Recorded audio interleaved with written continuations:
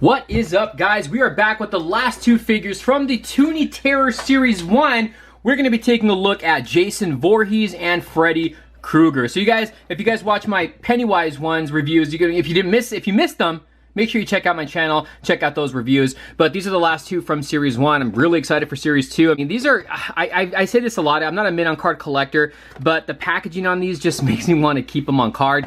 But I can't, I gotta open these up. So you have the cinema in the background. There is a little bit of Easter eggs on the cards, like in the back. But yeah, so there's the front of the packaging. On the back, you have the cutout that you can use as a backdrop. I don't use the backdrops, I'm saving them, but I'm not going to be using them. And you have the forest in the back for Jason and for Freddy. So you can see same kind of packaging, the cinema style. You come to the back and then you have the boiler room for the backdrop for Freddy Krueger. Let's go ahead and open these up. Are they going to be pickups or pass?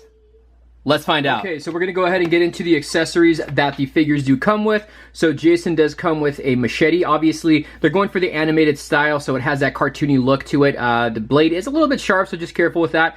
But you have his machete, and then Freddy comes with a stand. I'm not sure why the other ones didn't come with any stands, but he does come with a stand. Unless I threw them away, I don't know. But Jason didn't come with one, so Freddy, that's the only accessory he does come with. So the first guy we are taking a look at is Fred Krueger. Look how great he looks. Again, these aren't like super detailed only because they're going for that animated style, but I still think this looks awesome. I mean, you got the tears in the outfit. The head sculpt looks pretty good. You can see the burnt skin, some red in there. The fedora hat looks pretty on point. You can see it's kind of, you know, kind of chipped in some areas as well. It's not removable. I think it would have been cool if the hat was removable.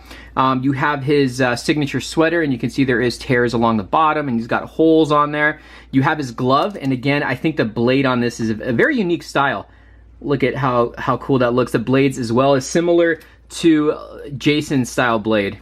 But I don't know, these kind of feel fragile, so just careful with these. If he falls over, you know, you don't want these to break off. But yeah, I think this looks awesome. You have the brown pants and you have his shoes, and you can see the peg holes. Now, I guess because of the stance is the reason why he comes with the base. Yeah, pretty much, because he's not going to stand good on his own. As far as the articulation goes for Freddy, you can, let's see, you can rotate the head. It does go up and down. The arms just have the swivel. He's got a rotation in the hand. I like how the hand looks too. You can see how burnt it looks. Oh, it looks, you know what it looks like? It doesn't look like a burnt hand. It looks like, same with the skin in the face. It looks like when you put your hand in water for such a long time and it gets all wrinkly. That's what it looks like. Over here, same thing, just a, you know, swivel, and then swivel in the hand here. No waist articulation, no leg articulation, and nothing in the feet. So there is Freddy. All right, guys, so this one right here is probably my favorite of the two, and that is Jason Voorhees. He looks fantastic. He honestly, he looks like he's came out of Scooby-Doo. I don't know what it is. Maybe it's the coloring or just the way they did this. He looks like he'd fit in Scooby-Doo. As a matter of fact, they all do. So we'll start from the bottom here. So he has his big black shoes. You got the brown pants with a hole in them. You got this, you know, arm just hanging, and then you have his button up, his green button up. It's kind of tattered at the bottom. You got green buttons. You got the undershirt. Got a tear in the left arm. Very nice. And then you have this hand right over here, which is going to be holding on to the machete. So we'll get into that in a second. But there's the other hand, and then you have the head sculpt. Look how great this looks.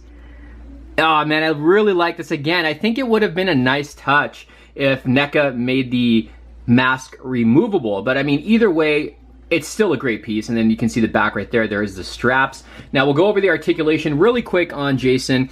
The hands do go forward and back. Rotation in the hands. Same thing with this one. There's no bend at the elbow, so he's stuck in this position. Rotation at the head.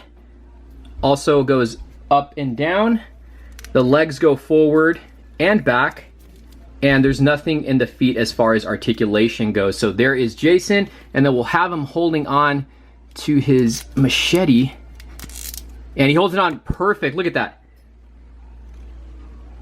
That's okay, nice. So here's a little bit of a size comparison with Jason and Fred Krueger. Now, it took me a minute to get Freddy to stand on the base, but overall, I think they look great, but he definitely needs that base to get him to stand. Now let's get all of the Toony Terror Series 1 figures together. And there you go, guys. There is all of the Toony Terrors from Series 1. We have Pennywise, which I did a review on. Love this. We got Fred Krueger.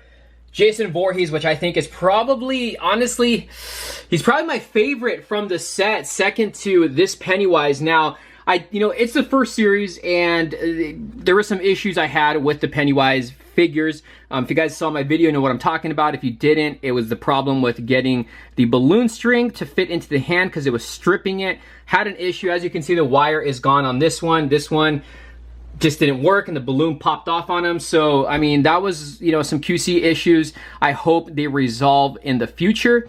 But other than that, I'm liking where this is going. $12.99 sticker on these. Not expensive at all. You can find them at Target. You can go to bigbadtoystore.com. You can use my link in the description down below. But if you guys do own these, let me know which one is your favorite one. Which one do you have? Is it a pickup? Is it a pass? Let me know, guys. Thank you for watching. Hope you enjoyed this review. We'll see you soon. Bill's gonna kill you. Subscribe. Where are you going? You look like a nice boy. I bet you have a lot of friends.